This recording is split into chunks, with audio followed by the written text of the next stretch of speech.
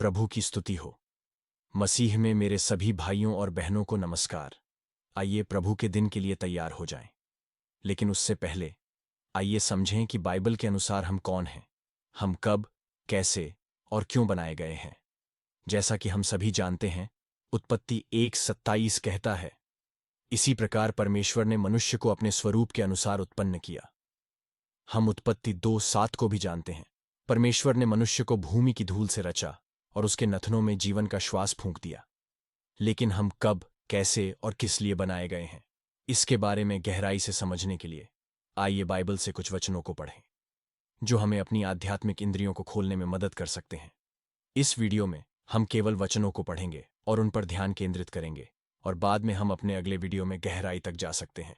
तो आइए सबसे पहले कुलुस्सियों 1:16 को पढ़ें और उस पर मनन करें, क्योंकि उसके द्वारा स्वर्ग और पृथ्वी पर, दृश्य और अदृश्य, सिंहासन या प्रभुत्व या शासक या अधिकारी, सभी चीजें बनाई गईं। सभी चीजें उसके द्वारा और उसके लिए बनाई गईं। यह स्पष्ट रूप से कहता है कि हम उसके द्वारा और उसके लिए बनाए गए हैं। अब आइए भजन 138:15 पढ़ें। जब मैं गुप्त में बनाया जाता और पृथ्वी के नीचे स्थानों में रचा जाता था, तब मेरी हड्डियां तुझसे छिपी न थीं। यहां हम समझ सकते हैं कि हमें गुप्त रूप से बनाया गया था। हमें यह सोचना व समझना चाहिए कि हमें गुप्त रूप से उत्पन्न करने के पीछे अवश्य ही कोई विशेष प्रयोजन रहा होगा। आइए इफिसियों 2:10 पढ़ें।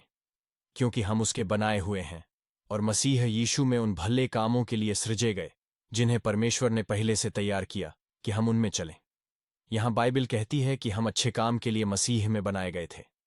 बाद में हम इस पर ध्यान देंगे कि वे अच्छे काम क्या हैं। अब इफिसियों 4 पर ध्यान केंद्रित करें।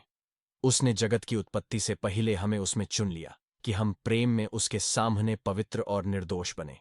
यहां बाइबल कहती है कि हमें संसार की उत्पत्ति से पहले ही चुन लिया गया है।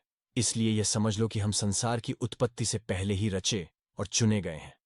आध्यात्मिक रूप से सोचो, यह हमारी आत्मा के बारे में बात करता है, जो वास्तविक और अविनाशी है, और असल में हम वही हैं। इफिसियों 1:11 पढ़ें। सब बातें योजना और परमेश्वर के निर्णय के अनुसार की जाती हैं, और परमेश्वर ने अपने निजी प्रयोजन के कारण ही हमें उसी मसीह में संत बनने के लिए चुना है।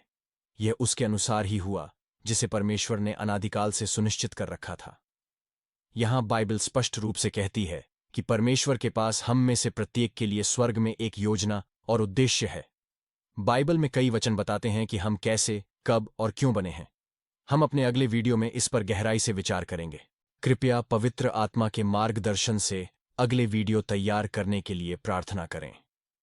इन दिनों हमारे नियमित बाइबल अध्ययन में बाइबल से इतना अद्भुत संदेश प्रकट करने में हमारे पादरी सनी जोसेफ की मदद करने के लिए हम पवित्र आत्मा को भी विशेष धन्यवाद देते हैं।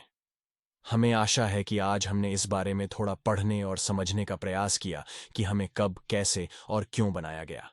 प्रभु की स्तुति। वीडियो का निष्कर्ष यह जानना था कि हम आत्माएं हैं, जिन्हें परमेश्वर ने दुनिया की स्थापना से पहले हमारे द्वारा पृथ्वी पर पूरा करने के लिए कुछ विशेष उद्देश्य के लिए बनाया और चुना था। इसलिए समझें कि हम दुनिया की स्थापना से पहले उसी के अनुसार संरचित किए गए हैं, ताकि हम पृथ्वी पर परमेश्वर की इच्छा, योजना और उद्देश्य को पूरा कर सकें। इसलिए भाइयों और बहनों, आइए अपने जीवन में प्रभु के उद्देश्य, योजना और इच्छा को समझने के लिए प्रार्थना करें और प्रभु के दिन के लिए तैयार होने और उनके साथ स्वर्ग जाने के योग्य बनने के लिए उसके अनुसार चलने का प्रयास करें। मत्ती 6:10।